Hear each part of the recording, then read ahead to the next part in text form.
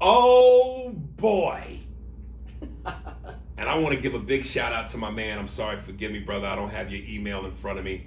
I might even find it and read it on the email, but just as a thank you, because as much as Andy and I talk about movies, as many emails as we get from people who like that we talk about movies, and I know at some point I did mention it to Andy before that we needed to do this, and he agreed.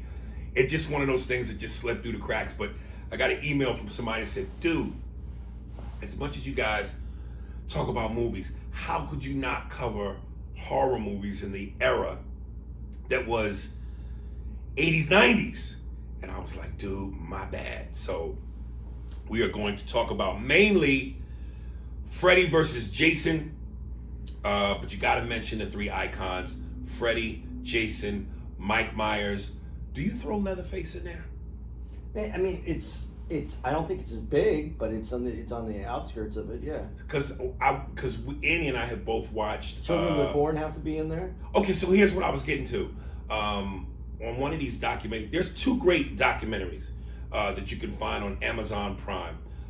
One is about the whole Friday the 13th series, where they literally go through every single one, and it's two halves, and each half is 2 hours and 50 minutes long. So this is like a 6-hour documentary, because they go in depth covering Friday the 13th, and then there's another one that covers all 6. 12. Which was 12. No, I'm talking about Freddy now. Oh, Freddy. All 6/7 of the Freddy movies, and that one's about 3 hours. It's almost 3.5. 3.5. So obviously it's Get not your popcorn. Yeah, it ain't gonna. With some, yeah, it's not gonna be as long as Jason, because obviously Jason is half a dozen more or whatever. But they did at some point early in the Jason thing, as a throwaway, mention Mike Myers, mention Leatherface, and mention Hellraisers, and you just said Corn. What was Children it? of the Corn. Doesn't that feel like they're the B team? Yeah, I mean, yeah, but it was all part like of Marvel. They're the B team. There was the slasher. It was that slasher time period where all the gore movies. Right. Whereas Freddy, Jason, and Michael is like Superman, Batman, and Wonder Woman. They're the main three. So my first question to you is this, and I'd be curious to know from the audience, because I'm sure you guys have one too. Were you a Freddy guy or a Jason guy? Freddy was my man. See, I really did like Freddy, but I think because my bonding with my dad, right, and we saw Friday the 13th together, right, the very first one, and it scared the shit out of me, and he loved that it scared me so bad. And how old were you? Remember? I had to be like 11, something like right. that. I don't even remember what year it came out, but I was younger. Dude, I'm gonna be honest with you. I've never seen not one. Dude, they're I never saw a single Friday the 13th, and it just because I was a Freddy dude, man. Yeah, but the rules for slasher movies were written in Friday the 13th. This is the rules that everybody follows. But what makes the rules? Well, when Scream makes fun of the rules, the movie Scream, right? When they go through it and go, and then and he starts laying out, the arc of a slasher movie, right? Everything is from Friday the 13th. Who gets killed, the order they get killed. If she has sex, she gets killed. The whole thing. Right. That whole thing was laid out through the Friday the 13th. Right. And and then when you really go back to Friday the 13th too, what's really big about that movie, would people who don't really know the franchise, it is Jason, but it's right. Jason's mom is the actual killer in the first Yes, I learned that in the documentary. Okay, so that is a big deal that most people who haven't followed it don't even really know and don't understand what the arc was, right. and then how these rules got set up. Because part of those rules was because what you see in the documentary that they go over to pretty much in detail is that Jason was a victim of two of the camp counselors having sex and not paying attention yes. to what he was doing, and he was drowned. So that's what has unleashed her. Mm-hmm. And made her crazy, and so that's part of why that the virgin not being killed, but the girl who has sex gets right. killed. That's part of the whole arc of this. So it's all part of what slasher movies were about. Right. Well, they also pointed out and this is what I loved about Freddy, and not to say that I didn't like, because traditionally in slasher films, the villain was always quiet. Yeah. You know, Jason made no noise. Mike Myers made no noise. Leatherface, the noisiest thing about him was the chainsaw, but he didn't make any noise. Right. Yeah. And that silence is what's scary. Yeah. But what I loved about Freddy was Freddy talked. Yeah. And there was a scariness in that, but the fact that they infused comedy with it and some of his kills and the way he went about his business, he just came at you like in your face. But you know, he told you he was gonna fuck you up and tormented you. But some of that was a little campy how they did it. It was a little, there's some silliness to it. I don't know. I don't know. But the effects, the way that they killed in Freddy, I think was, you know what the basic killing in Halloween and Friday the 13th are. You know what the killing's gonna be. It's gonna be a knife. It's gonna be a. Freddy was different. Freddy was an artist on how he could kill you. Yes, and I want to talk later about some of his kills, which I thought were great, because like one of the things that was great about these documentaries is as the movies grew in popularity, part of what the allure was for people to go see them, especially with Jason, was how was people going to get killed? That was almost the rush. Like, what's the kill? Because in this one, he did this, he did that. And the last one, he did this, he did that. And it's like, as the popularity of the movies grew, the writers knew that's part of the sexiness. So we got, just like how me and you come up with Steve's, they got to come up with different kills. Right. Because that's what the kids go crazy for. And, you know, I remember at one point, I think it was, whatever Jason it was, where Jason battles the girl with telekinesis powers or whatever. And this is how you know your franchise is huge. She goes, when I got the script, it said, what was the name? She said, Birthday Bash. She said, the script said Birthday Bash. And she goes, I was never really into Friday the 13th. I didn't know much about it. But my boyfriend was a Friday the 13th fanatic. He read the script and halfway through it, he went, this is Friday the 13th. And he told me, my husband told me at the time, babe, you gotta do this. This is fucking Friday the 13th. That's how you know, when your scripts become undercover, because they don't want you to put the word out, yo, I got the latest Friday the 13th, and it gets leaked. That's when you know you have a monster franchise. Yeah. But I don't know. They've always had like these scary genres before. I don't still think they were so slasher, right? Like, but I don't think they. I want to say they were monsters. They were monsters. You mean like the black and whites? Yeah. The old black and white with Frankenstein and the glorious black and white horror movies. You didn't see that setup coming. Andy Steinberg brought me back. I love it. Rhett Butler here. Back when Frankenstein and the Bride of Frankenstein and Dracula and the Mummy, everything was white. There were no black ghosts, no black villains. Matter of fact, the closest you got to a nigga was when the Wolfman turned into a wolf. Well, he was a gypsy. Oh, well, he's still white when he's not the fucking wolf. Once he's the wolf, he's dark, he's brown. It's the closest we ever got to a Negro. Even the Mummy's tape was white. And when he took the tape off, he was clear. What's better than that? You had Blackula. That was the 70s. By then, I was dead. I was no longer around by the time they made that Dracula Chocula. That nigga. Of course, Steve, keep the music through all of that, even through the, when Andy come in and said the part about Blackula, let the music play the whole way for Rhett. Coming out of that in 3, 2, 1. But I think prior to Friday the 13th, that was the first franchise. Yeah, well, That was the first franchise. There was the Dawn of the Dead or the Living Dead. That was a franchise? Yeah. No, those were remakes. They were remakes. Yeah, that's what I'm saying. You're right. It wasn't a franchise, but that was a black and white. The original. And the lead was black. Yeah. Yes, the lead was black. Yeah, the original black and white.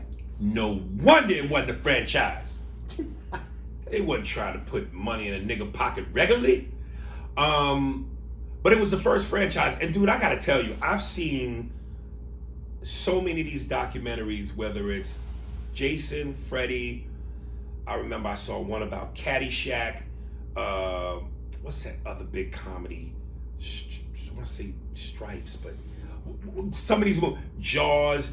I love these stories of the underdog, where it was like these movies had all kind of production problems. They ran out of money. The studio was fucking with them, giving them notes, cutting shit that was important, you know. And by the time this movie hit the streets, everybody's fingers is crossed. We don't know what's going to happen. And then kaboom, the rest is history. Like, because again, Jason started out this movie as we don't know. Yeah. And they said when that shit hit the theaters, from there, it just became what it became. Because it's just hopefulness. Well, same with the Nightmare on Elm Street. It put New Line on the map. It made New Line. It made New Line, yeah. right. It turned New Line into Marvel. Yeah, and it made New Line the company that was... New Line is responsible for so many writers and directors now. Right. And that all came from the financing of Freddy. Yeah. And like I said, man, yo, Freddy was just my dude.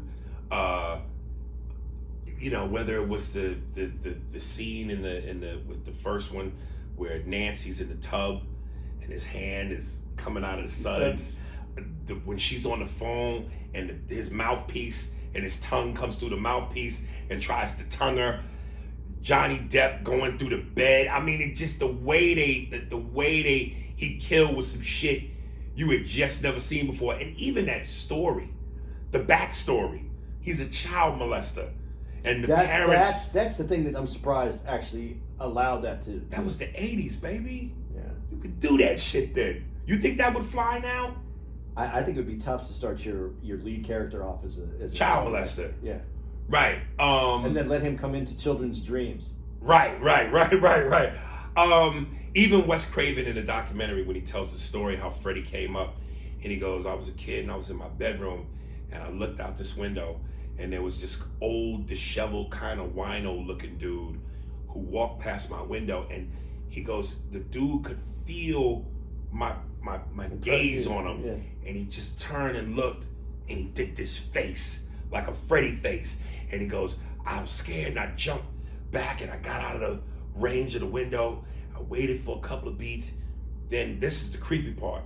I go back to the window and he's still standing there looking with that gaze.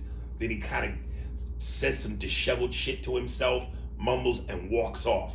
And that's how Freddy was born. Man, that scared the shit out of me, man. Yeah, it scared me just when he said it. Right. When I watched that, yeah. Right. Yeah, the Freddy franchise, from the beginning though, I think is the most complete. Right. Because you do have that backstory. Freddy has an outfit. I mean, Jason didn't get his... Which do you think was scarier? Because they said in the first two Jason movies, there was the knapsack with the one eye hole cut in. And by Friday the 13th 3 is when the hockey mask came. And the hockey mask, some of the actors as they interviewed him went, is iconic. But this whatever, what do you call it? The burlap. The satchel, yeah. Whatever. It was a sack. Sack he put over his head. That was scary. I didn't think it was as scary. As the hockey mask? I think the hockey mask was scarier. Really? Yeah. Because the bag, when I remember when I saw it, it looked... there was already other films where you saw people that had like things over their head like that. Right. It wasn't new to me. And then I'm not sure, but I almost thought like he made a noise when he wore that.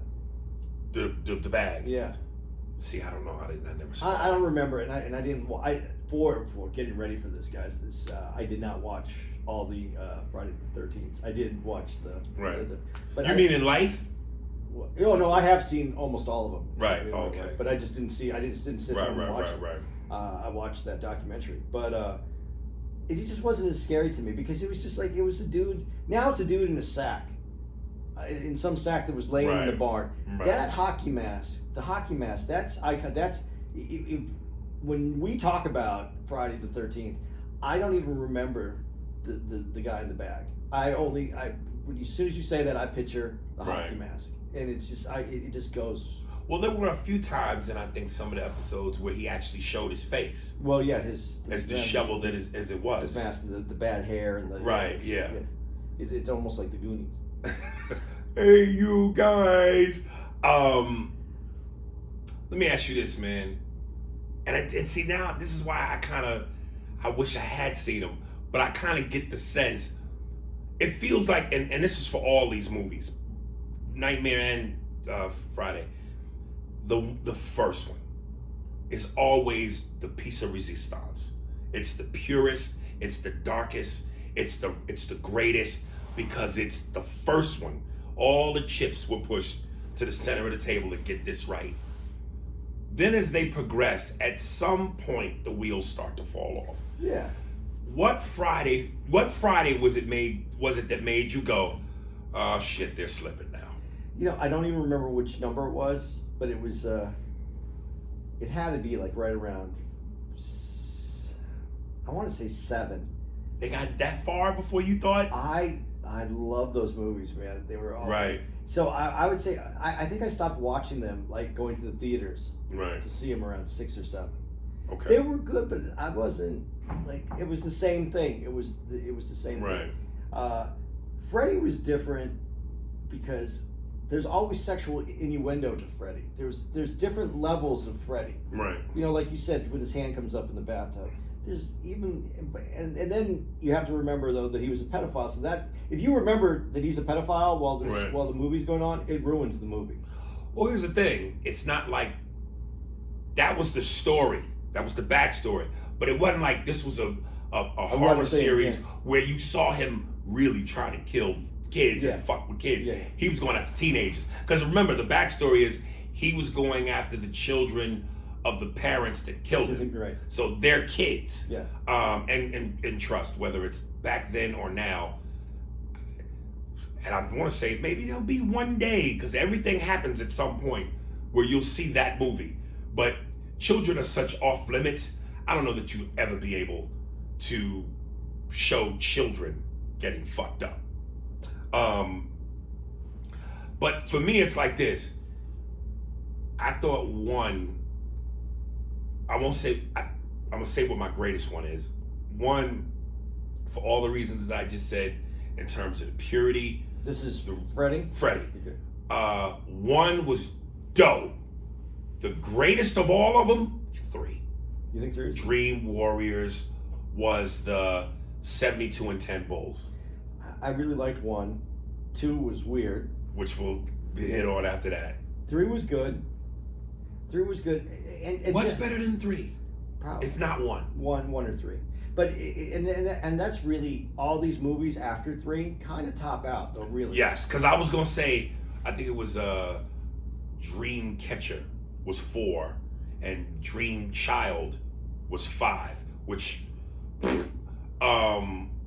but and Dream Warriors number 1, the black dude in there, Ken Sagos. Mm-hmm. We actually had the same manager, Norm Nixon. No, he was one of Norm's clients. Me, him,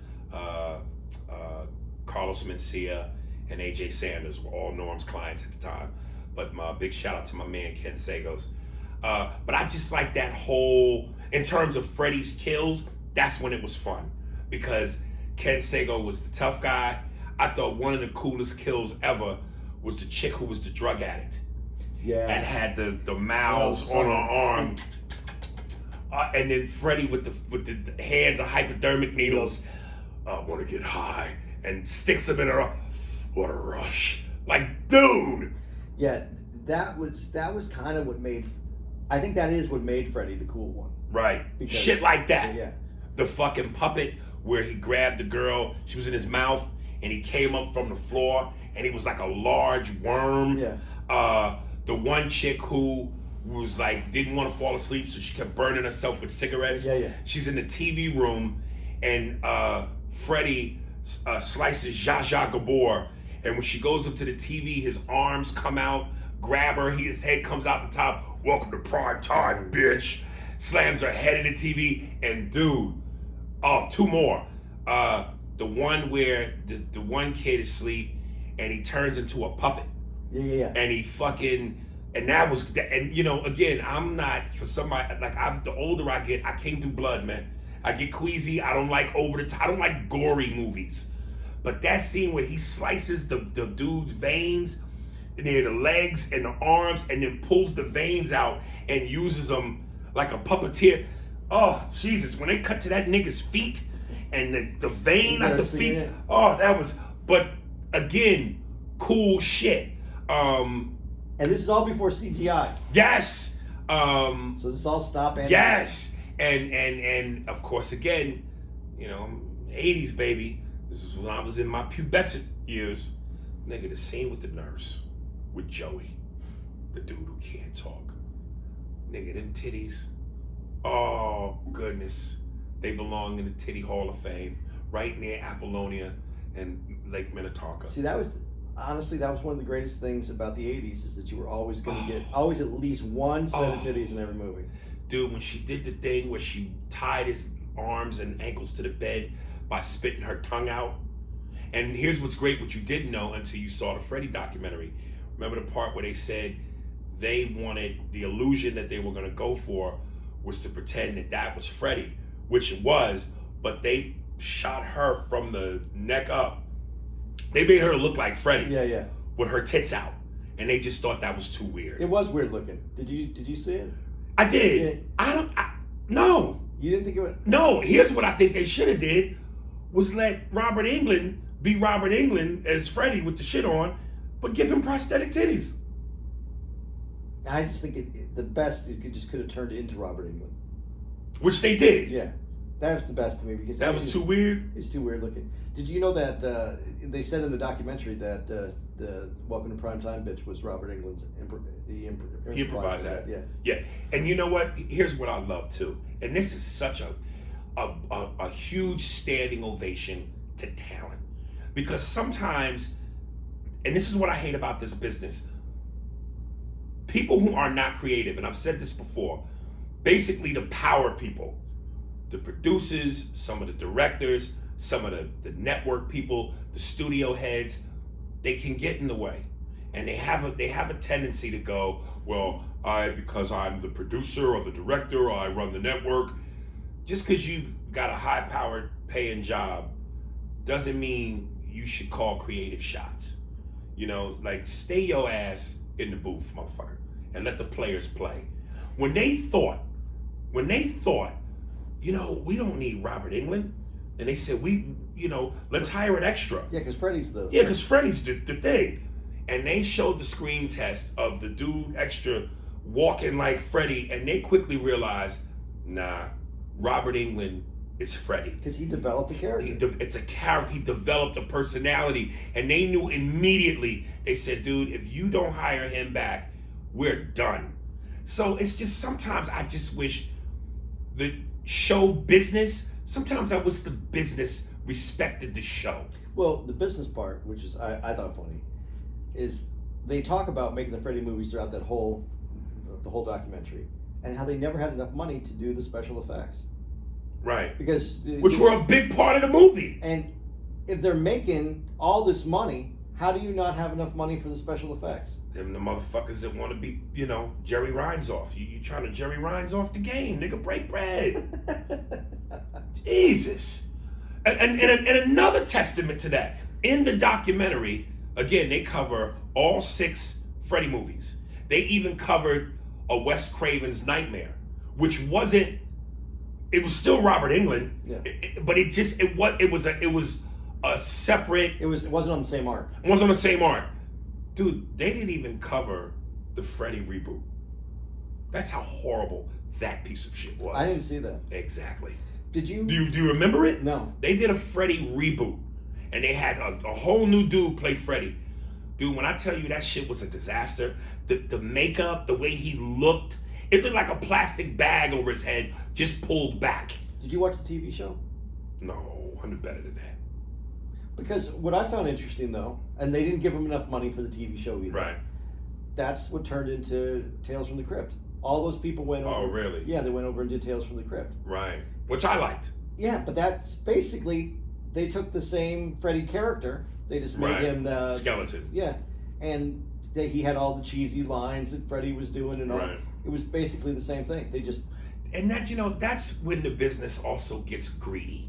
Mm-hmm. Like, it goes to show you, look, you getting lightning in a bottle is hard, But when you do it and something tends to become a cash cow, you want to pimp it out. And sometimes part of great art is to know when to leave it the fuck alone. Well, but see, here's this. I think this is Same thing they did with Jason, a series. Yeah, but this is what I think you're going to on this, and what you're saying by this.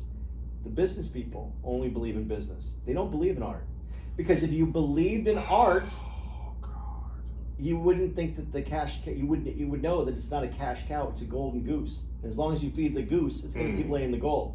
You see how these Jews think? God damn it! So I got this nigga on my team.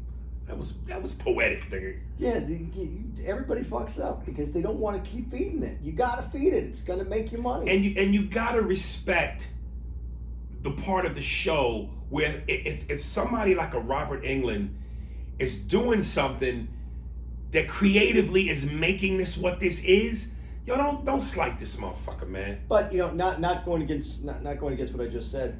But on the studio side, Robert Englund's profile kept going up too. Not just he was doing other things. Rightly so. Yeah. So Freddy. But he couldn't do other things. You mean other projects? Yeah. He tried, but he was typecast. Yeah.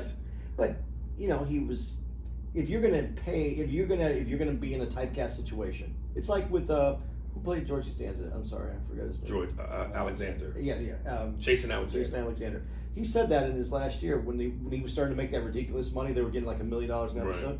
He goes, if I'm gonna be typecast for the rest of my career, I need to get paid for the rest of my career basically now. Yes, because if you're not paid right, then you can't do nothing else. Because that's who you are. Right. If you don't get the money, what are you gonna do? Yeah.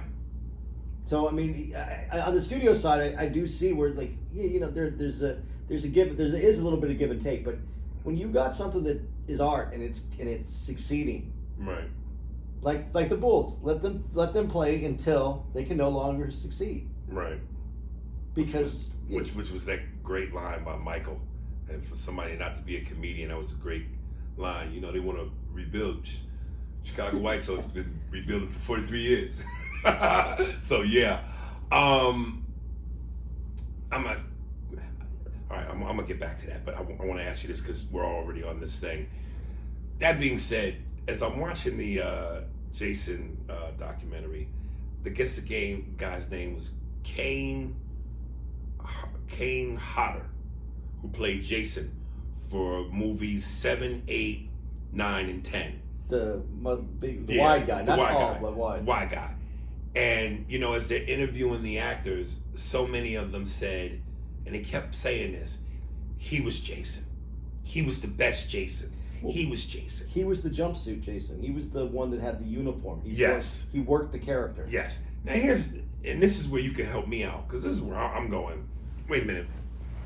Jason was a guy who didn't talk, didn't make no noise, and they said in the first couple, they made him run. But then it got to a point where he never chased you. He just moved how he moved. For a guy to play a role with no voice, words, and all you're doing is lumbering, did it really matter who played him?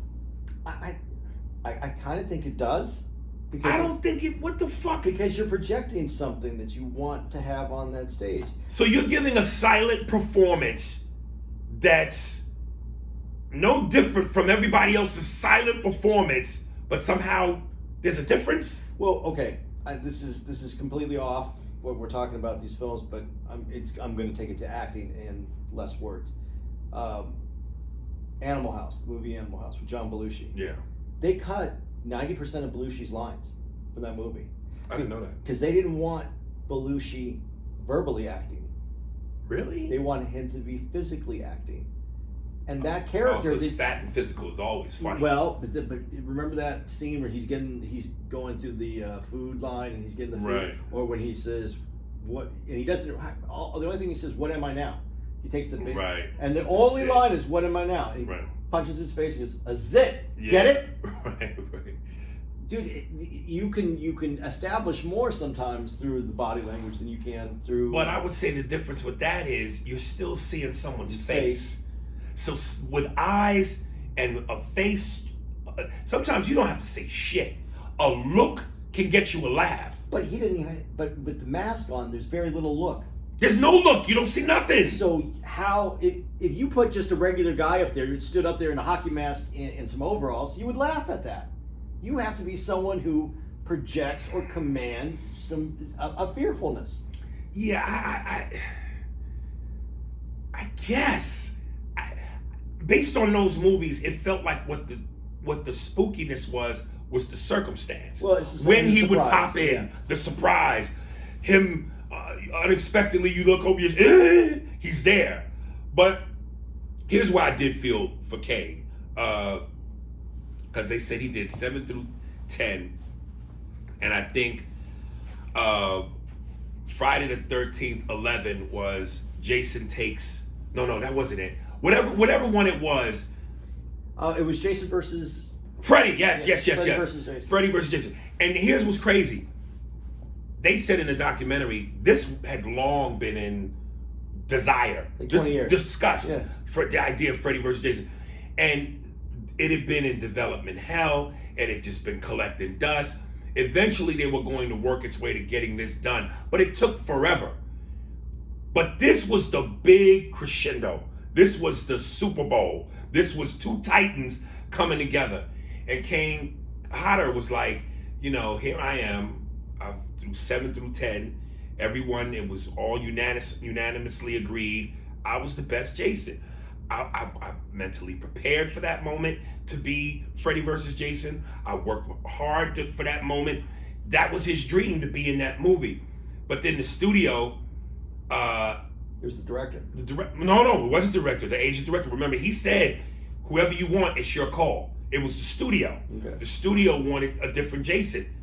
And he goes, they got the guy who was once a stunt double that worked under me. And he goes, finally the movie comes out.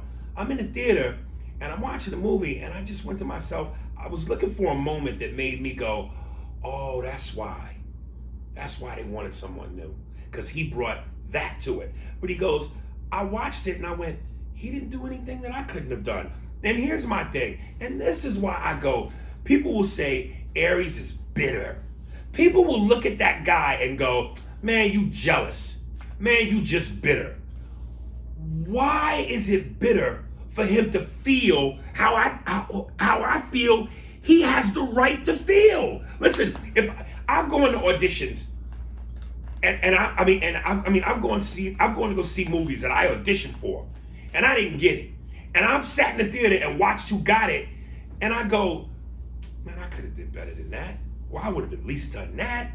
Now, there have been times I've gone and I've seen it and I went, yo, that was good. Oh, I probably couldn't fuck with. But we're talking about lumbering, movement, silence, no words. Essentially, if I'm watching this nigga do the same thing I'm doing, why not? See, that's why I thought it was the director, because they wanted someone taller. They wanted someone who looked more, so that Freddy would look smaller. Because Freddy's supposed to be the smaller of the two, and they wanted someone who was just a greater body. They showed a picture of Hodder in England standing top. He was taller. He was bigger. He was wider, but he wasn't Right. as tall. The other guy was like 6. The guy that got was like 6'6". I'm just saying, dude. I know that pain.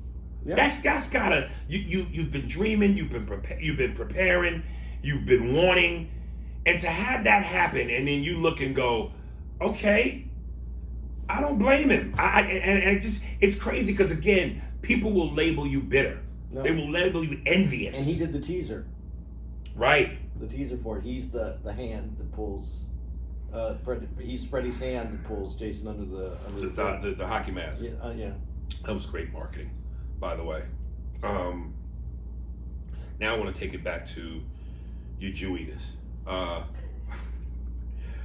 Who in the hell gets all the merch money for those franchises in terms of lunchbox, dolls, anything merch? And how do you set that up early? It's on the contract.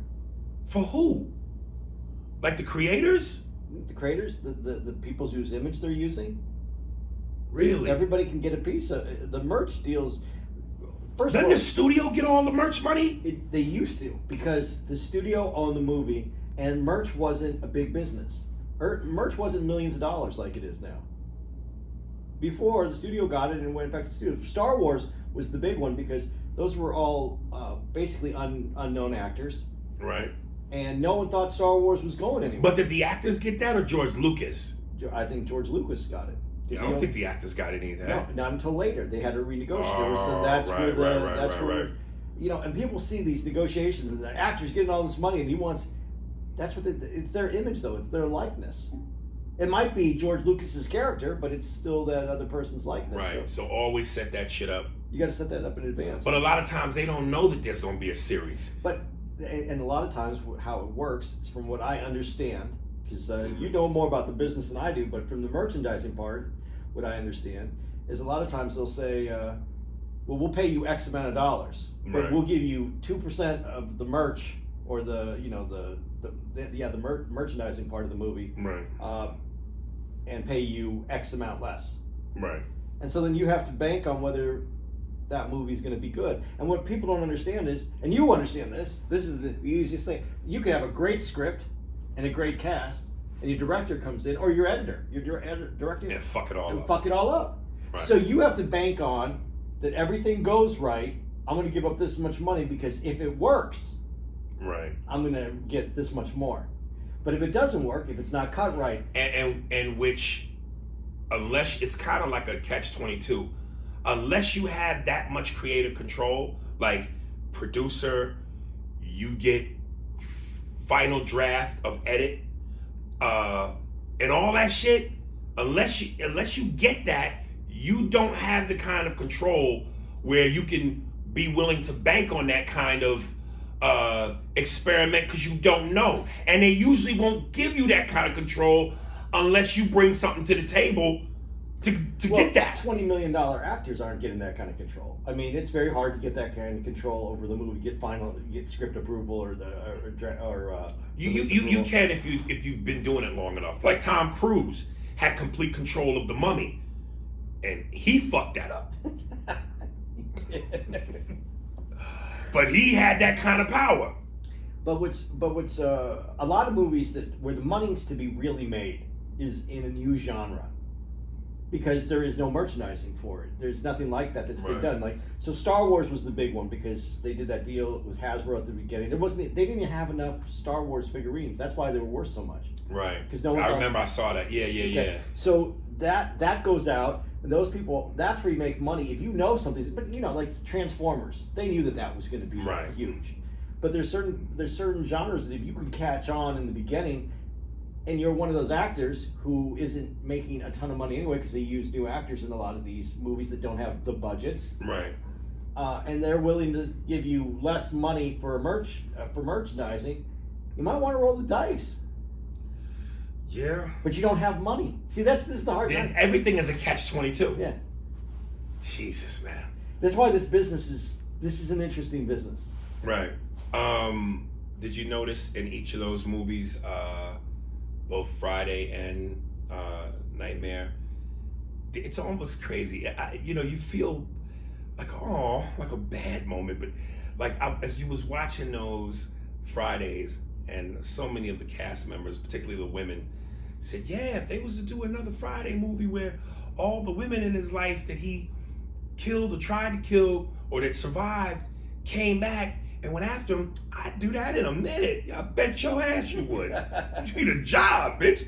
You ain't worked since that movie. Well, that is kind of funny, all the people that are in these that really didn't. Right, but each one had someone that went on to major stardom. Yeah. Kevin Bacon in Friday the 13th. The first one, he had the thing where he had the arrow come up through his neck. Yeah. And Johnny Depp. The original. The first one. Yeah, the first one. And you just go, you're almost like a classmate left behind. Why ain't I graduate? I like in the documentary that Johnny Depp gets picked because. I'm glad you mentioned that. It was one of my fucking notes. Go ahead, say it. No, go ahead. This is, oh God. If you guys could be with me and Andy when we go on the road, he would tell you, sometimes I'm the most complaining ass nigga, where I constantly go. I don't think I would have said it that way. Right. I wish you would. This motherfucker complains so much. Because again, this business is such love and hate. It's such bittersweet. Like I'm sitting here like, the fate of your job, the fate of your destiny, to get a job, which you, as an up-and-coming actor, you want so bad. To your first film, work begets work. If it's a hit, you need money, you broke. This could be the start of your fucking forever into happiness. And your fate, the reason why Johnny Depp got the role was because Wes Craven's daughter went, "Dad, he's cute." He's the one. So you mean all this acting class, all these trainers, I forget the guy's name, I mentioned it before, one of the most legendary acting teachers. He has a school in LA, Strasberg. He played Hyman Roth in Godfather 2 when Al Pacino goes to Miami to go see Hyman Roth. Strasberg, he taught De Niro and Pacino. Fucking legendary. You've trained under Strasberg, and you mean my career got started because of pubescent bitch when he's cute? Because that was the audience that he was looking for. Nah. No, he said that. She not teens like that. Was she a girl? A little girl? She was a teen girl. That's who they were looking for. And Johnny Depp, and look what proved out to be right. And Johnny Depp is an awesome actor. Yeah, but I'm sure he would love to know he got the job for that reason first. Do you think he really gives a shit?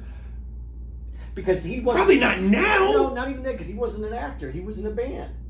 He left his band to go do these movies. Okay. He wasn't an actor. He was supposed to be a musician. You know what that says to all the musicians who really play their ass off? You know what it says to me? I'm fucking glad he didn't want to be a comic. I don't think he would have made a great comic. I don't care. They would have given him a shot, though. That's for probably, sure. Probably. He would have been no Matt Rife. But damn, dude, I just, you ever think those actors all sit back and go, what did we do wrong? Weren't born with the genes that Johnny Depp was born with. Johnny Depp's been a good-looking dude for his whole career. But he's also a solid actor. Solid, but they didn't know that. Listen, I don't mind how handsome a nigga is if you bring it. Brad Pitt brings it. Johnny Depp brings it. Have you ever seen the movie A River Runs Through It? Is that with Joaquin Phoenix? No, it's with Brad Pitt and who's the dude in Top Gun that plays the instructor? Garrett? Something. Garrett, the instructor. He's the instructor. Val Kilmer? No, yeah, their instructor though, the main instructor. Was it the dude from ER? No. I don't know. Anyway, it's a movie where it's a movie that Brad Pitt's in. River Runs Through It. It is one of the.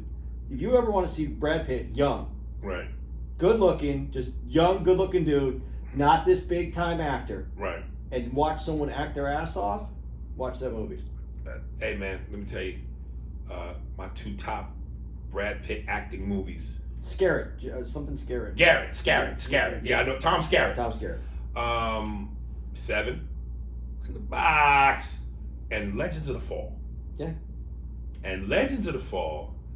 Let me not do this.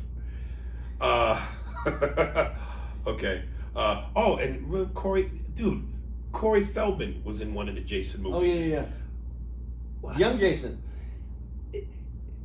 He's almost the reverse to Johnny Depp. Like, remember in the 80s, he was the go-to, him and Corey Haim were the go-to dudes. Something about when that motherfucker got older, he just... He got weird. Yeah. Did you ever see the music he did and then he was dancing? Oh, yes, nigga, that's worth watching. Okay.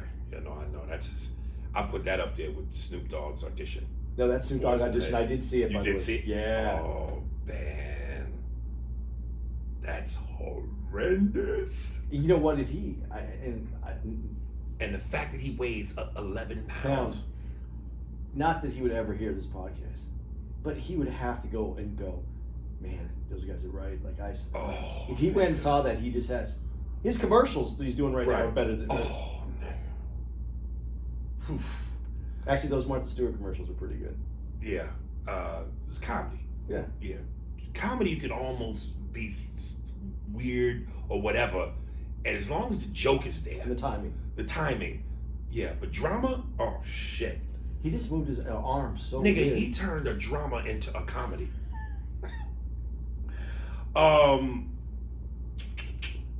You know, and dude, and another, you know, Dudley was in Friday the 13th Dudley. from Different Strokes. Oh, really? Dudley, you remember? Yeah. He was, I forget which one he was in, but he was in one. And in his scene, he screamed like a girl with a very high pitch. Yeah. Dude, I recently tried to watch Nightmare on Elm Street. I mean, not Nightmare on Elm Street. Friday the 13th 6. And it, you know, obviously we've come a long way in terms of film technology, quality of film. None of those movies hold up. The Friday the 13th? Nah, they hold seem up campy, yeah, corny, that's what they're cheap. supposed to be. In there, Well, campy, yes, in the way of the kid thing. Yeah. But in terms of the scare factor, It's not. Well, of course, it's not as scary. We do it Halloween better. 1 holds up to me. That still holds up. Well, okay, in Halloween 1, and this is what I was going to say, and this is why I wanted to include Halloween in this. Character for character, yeah, there's some equality along those characters. I can see us picking one, but music for me, Halloween was the scariest one. That yeah, yeah, yeah, and that, and when they would go doo doo doo doo. yeah. It was because it was creepy. It creeps you out. Yes. And I also heard, and this I didn't get from that series. I didn't get it from watching any of this other shit. Right. In Halloween, they did tests to find out what noises upset people. Really? And bees, large bee, was the sound of a lot of bees humming. Right. That's in the background of that movie. Really? And because it makes people on edge. Where? I gotta look that up. I gotta see that. You'll have to watch it and you listen for it. Wow. You'll hear. It's not so loud that it's taking you away from the movie, Right. but it's increasing your agitation. It's making you a little bit more sensitive to what's going on. Right. And there's a lot of that in Halloween, which I thought was really good. And I like the cast of the original Halloween. Yeah, I'm telling. That's what I'm saying. Like. And then Halloween was the same thing in terms of teenage youth. Right. But it doesn't come off as campy to me as the Friday movies. Well, did you see Rob Zombie's Yeah. I thought it was very interesting, and there were some things that I really liked about it, some things I didn't. Right. But his Freddy character, Freddy, scared me probably the most out of. Well, you mean how Mike Myers? Mike Myers. Yeah, you said Freddy. No, sorry. Rob Mike Zombie. Myers. Yeah, Rob yeah, Zombie. yeah. Yeah. No, Mike Myers. His Mike Myers, I think was was. And you know what? To that, I'll say this: when you look at all I'll say the reboots of those movies. Like I said, the reboot of Friday with that dude whoever played Freddy, garbage. Now that you mentioned it, the reboot of Halloween, pretty good. Yeah. The reboot of Friday the 13th, pretty good. Did you like the reboot? Yeah, it wasn't bad. Okay. I think though that Halloween had more money than the other movies because their lighting looks better, their shots look better, the scenes, everything looks like there's more money spent on those movies. Right. Because Halloween, I mean, all the Friday the 13th look very tight shots. Not like it feels like the 80s. Yeah. I mean, all the way through. When you look at Halloween 1, obviously it's the 80s because you could tell by dress and stuff. But dude, the way it holds up, nah. Halloween 2, terrible. I didn't think so. It was weird. It didn't have anything to do with Mike Myers. No. You talking about 3. Oh, is it 3? 2 was the one with Jamie Lee Curtis. Oh, you're right. Yeah, you're right. Okay. Yeah. 2 was good. 3 was awful. Well, I didn't understand what it was about. And I was a young kid watching that movie, and I was like, what? And whoever made that should have been fired from the studio. To second your point, I think it was Jason Goes to Hell. They wanted to try a new formula for Jason. And it was a thing where he was never actually Jason, but his soul went into other people's bodies and they became Jason. So a dog could be Jason. Horrible. Like that to me is right there with Halloween 3. Fucking what a horrible idea. Why would you, listen, people go to see The Thing. You know what I mean? That's why, as we said this in the podcast when we talked about superhero movies. Now, superhero movies not quite the same, but the same. I want to see more of Iron Man than I want to see of Tony Stark. I want to see more of Captain America than I want to see of Steve Rogers. In other words, stop taking off your goddamn uniform. Well, stop taking your helmet off. And it's like people go to see Freddy, Jason. Right. They don't want to see a fucking dog play Jason. What are you thinking? That's a comedy. That's Jim Carrey. Right. That's The Mask. That's how that should go. Right. There was one, I forget, in the documentary, the actress who was in that movie, they said that they did a scene unbeknownst to her that they cut into the movie, and obviously it wasn't her that was doing it because you didn't have to see her face. It was just her from the waist down, and they showed her on the ground in a skirt on her dress, her work dress, with her legs open, and at one point, what was Jason's spirit shot in between her legs and entered her through the pussy. And when they interviewed the lady, she was like, I didn't know they were going to do that. I was upset and embarrassed when I saw it in the theater, and only because I really liked and was good friends with the director and one of the producers did I forgive them. I'm just going, personally, I think that's pretty genius. And I'm not trying to be vulgar. I'm just, if you're going to make a movie about a spirit entering people's bodies, and this is a horror, campy movie, it's kind of a unique way to possess a bitch. You had to figure it out. Yeah, because, usually if you jam your dick in there the right way, you possess a bitch. Make her act out of character. That bitch was acting the other night. In my room. Maybe she was possessed. Maybe that's what those noises That were. was Jason's dick, nigga. Jason's been staying next to you this whole time. You didn't There know we go. But when we're doing the worst, 2 of Freddy. Mm-hmm. Which Freddy's the worst to you? 2, the weird. The gay nightmare, which again, because we were kids, we didn't know that. I knew it was weird when the Right. coach is getting slapped in the ass. Right. But as a kid, that Right. was you would slap you would do those towel fights. Yes. But I didn't do it to people butt ass naked. And even if, whether you did or didn't, they said in the documentary, there were signs, like the one where the girl is looking on a shelf and there's a game called Probe next to there. And then another scene where the main dude who was gay in real life and in the film was entering his bedroom. There was a sign that said no chicks. Yeah.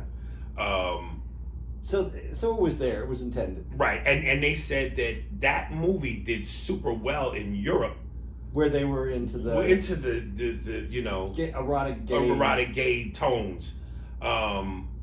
So that was an interesting little tidbit. I was not aware. I was unaware. We were kids, so we didn't know. I'm older than 10 years older, and still wasn't paying attention to that. You're still a kid though. You're 10. You know about gay shit at 10, nigga. No, but I'm 10 years older than you. So right. Okay. So I don't know how long, but I wasn't paying attention to that. I just thought, that's weird. That ball thing. Even when I saw the ball thing with the balls, the tennis balls are all hitting. Yeah, I certainly didn't. I wouldn't tie. I wouldn't have got that now. Yeah, that's what I'm saying. I didn't. I saw that and didn't. Put, right. Go. Oh, that's gay eroticism. Yeah, I didn't see that. Right. I just thought. I thought that was a cool way. To get somebody a male with tennis balls. And apparently, Fred in the movie, they were a thing. Well, he asked him to spend the night because I don't know where else. And the girl is trying to get him to come over, and he wants to go stay with the guy. Right. I didn't pick up, but I wouldn't have picked up on that because I guess I would have looked at it as if I thought someone was trying to kill me. Am I going to go to my girl's house and put her in jeopardy, and she can't help me, or go to my buddy's house who could help fight? Yeah. Right. So that's how I looked at it. I think that. Right. Yeah. And I mean, dude, even when we talk about, again, the campiness of it, that first Nightmare on Elm Street, where the chick is, how they did that special effect with her floating in the air and rolling on the ceiling, that is one of the creepiest, scariest, and then the girl shows up at the school with the plastic over. That movie holds up, man. Speaking of holding up, and we didn't get to this, and I know we're almost on time, but I wanted to ask you about this because that it's also, I think, it's ahead of this genre. But The Exorcist, would you put that in the same category? With those two movies, in terms of holding up? Yeah, holding up and what the movie is. Because I've never seen the movie, and I told you this. I've never seen the movie. I saw it, but it's I have to rewatch it just to see. But just certain scenes I remember for what that was. Yeah. Yeah. See, because I never seen it, because I don't mind scary movies, slasher movie. But when you involve the devil, right, I'm out. I'm not opening up my door. Well, you should try being black, because black people been dealing with the devil since forever, and we are constantly under attack in this life horror movie. Leroy Furious. But I can't watch that. It freaks me out. I won't sleep. Yeah, that and you know, that was a one and done. That never turned into a they tried lot of reboots. Yeah, they tried a lot of reboots, but nothing like that. The first one, Linda Blair. Let me ask you: did you think Nancy was hot? Nancy, the main chick in Friday the 13th. Which one? The lead chick, the brunette. Oh yeah. In the bathtub. Yeah, she's not hot. You don't think so? She's girl next door hot. But that girl is always described as hot. Yeah, she's hot, but she's not. She kind of felt like a poor woman's Brooke Shields to me. Okay, I can see that. Yeah. But no, I can't say that. That's not true. What? But I was never, it's funny because we started this with Freddy, the movie's about Freddy, right? And he was a pedophile, and Brooke Shields actually made her entree into acting, playing the daughter at a brothel. Right. In a movie? Yeah, in Pretty Baby or something like that. Right. She was. I remember something about her being underage. Yeah, she's naked in this movie as a little kid, and then she, as a teen, before she's an adult, she's in that movie Blue Lagoon. Right. So this Hollywood pedophile thing.